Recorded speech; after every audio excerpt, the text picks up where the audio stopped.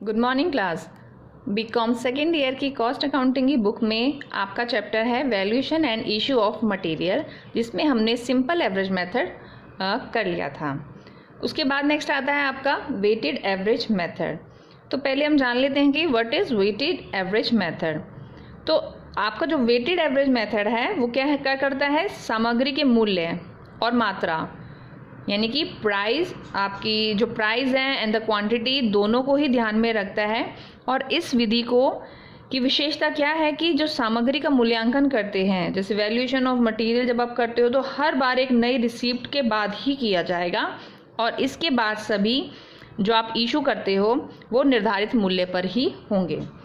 इसके बेनिफिट क्या है इस मेथड का कि एक तो बहुत ईजी मेथड है, जैसे कि इसमें जो टोटल आपकी मटेरियल रहता है यानी कि कुल उपलब्ध सामग्री की रकम है, उसमें से उपलब्ध मात्रा का भाग देकर इसका मूल्य ज्ञात किया जा सकता है, जो कि मैं अभी आपको क्वेश्चन में क्लियर कर दूंगी वो चीज़ कैसे आएगी। और यह इशूइंग प्राइस तब तक आता रहेगा, काम में तब तक आएगा जब तक कि आप नया स्टॉक मटेरियल खरीद नहीं लेते हो, ठीक है। और जो बैलेंस स्टॉक है उसका वैल्यूएशन भी उसी उचित मूल्य पर किया जाता है और यह वैल्यूएशन फाइनेंशियल अकाउंट्स में भी प्रयोग किया जा सकता है। मूल्यों में अधिक अगर वेरिएशन है तो उसके अंतर को भी यह समाप्त कर देता है आपका वेटेड एवरेज मेथड। बस इसके दो मेन बिग डिसएडवांटेजेस हैं कि अगर सपोज आपके जो प्राइसेस हैं उसमें मूल्य परिवर्तन का प्रभाव अगर काफ़ी समय तक रहता है तो ये इसकी कमी है कि आकस्मिक अचानक से अगर मूल्य में परिवर्तन का प्रभाव काफ़ी समय तक रहता है और अगर जल्दी जल्दी सामग्री खरीदी जाती है, अगर आप जल्दी जल्दी ये मटेरियल खरीदते हो तो भी कैलकुलेशन का काम फिर बढ़ जाएगा और सही आप एक्यूरेसी जानने के लिए, सही परिणाम जानने के लिए गणना भी जो आप कैलकुलेशन करोगी वो भी कई डेसिमल तक आपको करनी पड़ेगी, यानी कि दशमलव तक आपको गणना करनी पड़ेगी। तो अब हम इसको इसी वेटेड एवरेज मेथड को क्वेश्चन के थ्रू समझते हैं, ठीक है।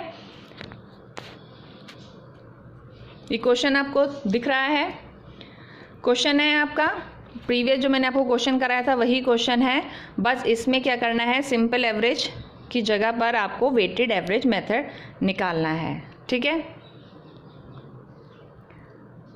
सेम है सारी अमाउंट, जैसे आपको सिंपल एवरेज मेथड कराया था सेम वैसा ही है। जनवरी 1 को 100 kg का बैलेंस है, बैलेंस आप यहाँ पर शो कर दोगे, अमाउंट टोटल दे रखी है, 100 को 10 से कर दोगे आपकी अमाउंट आ जाएगी 1000 डिवाइडेड बाय, ठीक है, आप रेट निकाल लोगे 10 रुपीज़ का। फिर आप परचेज करोगे 500 kg, ठीक है, परचेज किया है 5 जनवरी को 500 kg 25 के रेट से, तो 25 को इंटू कर देंगे हम 500 से तो 12,500 आपका अमाउंट आ जाएंगे। कोई एंट्री नहीं होगी 5 जनवरी को। फिर अगेन 19 जनवरी को 400 kg फिर से मटेरियल खरीद लिया गया है एट द रेट ऑफ 22, ठीक है, 8800 हो गया।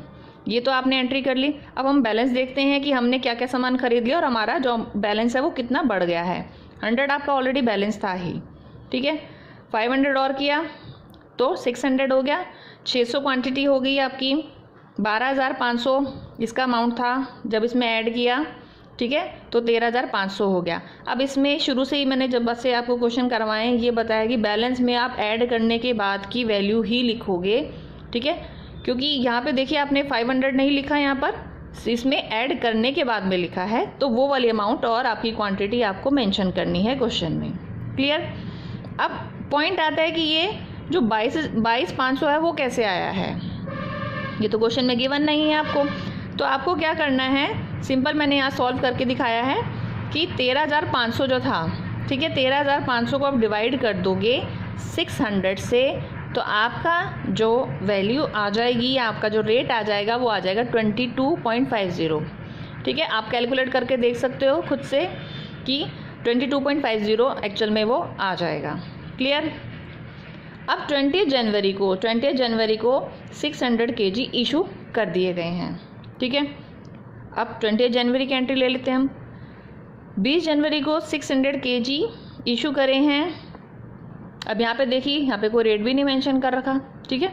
तो हम जो लास्ट आपका जो रेट था उसी पर ही इसको लेंगे, ठीक है। इसमें कुछ भी चेंज नहीं कर सकते, क्योंकि जो अभी मैंने आपको वेटेड एवरेज मेथड की जो एडवांटेजेस बताए थे उसमें यही बताया था कि जो आप इशू करोगे, ठीक है, इसमें से आप कैसे करते हो, कुल उपलब्ध सामग्री की रकम में, यानी कि कुल उपलब्ध सामग्री की रकम कितनी थी 22,300 में से उपलब्ध मात्रा कितनी है 1,000 क्वांटिटी को भाग देकर ही आप वैल्यू निकालते हो, और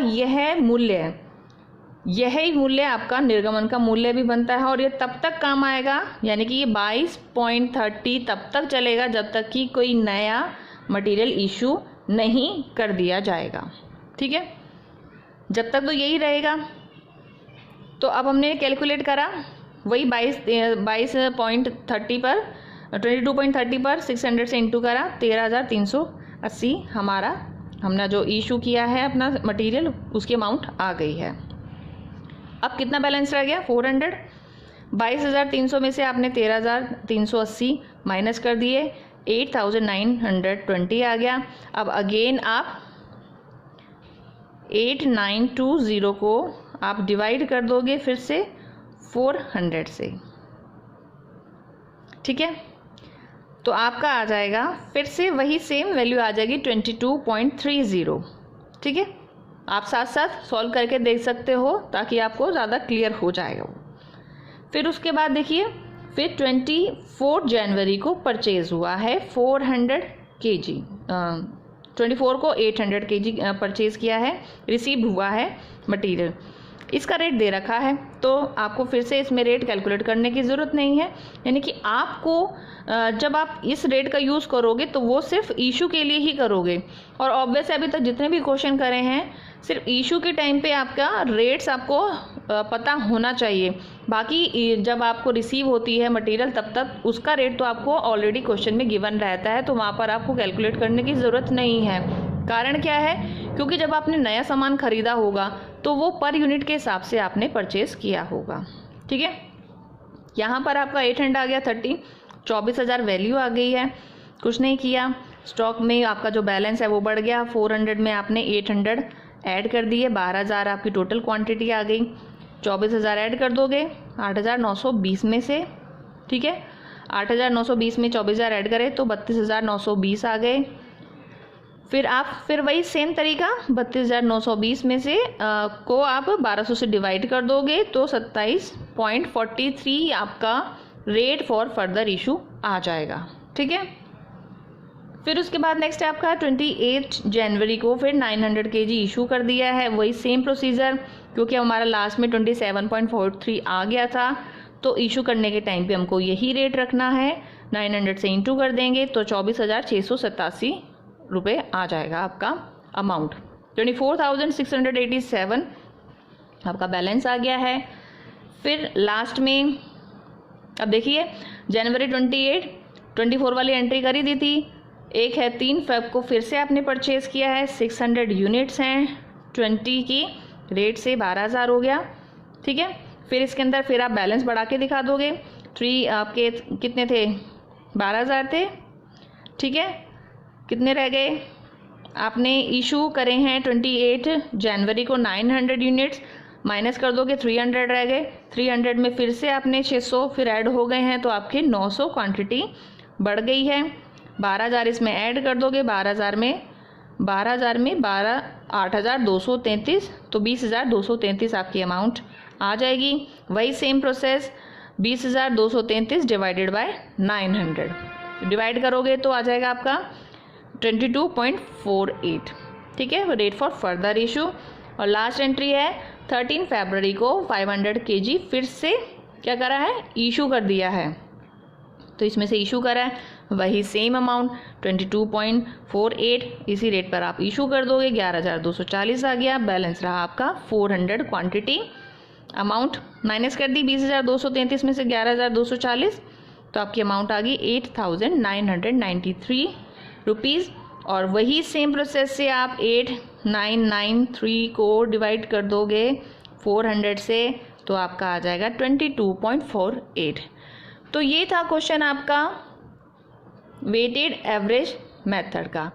आई थिंक सबसे शायद इजी जो मेथड होगा वो यही होगा। तो इसके अंदर क्योंकि आपको बहुत ज़्यादा ये सब कैलकुलेट करने की ज़रूरत नहीं है, जो आपका रेट फॉर फर्दर इशू है उसी रेट पर आप इसको इशू कर दोगे नेक्स्ट मटेरियल को। ठीक है, क्लियर हुआ आपको?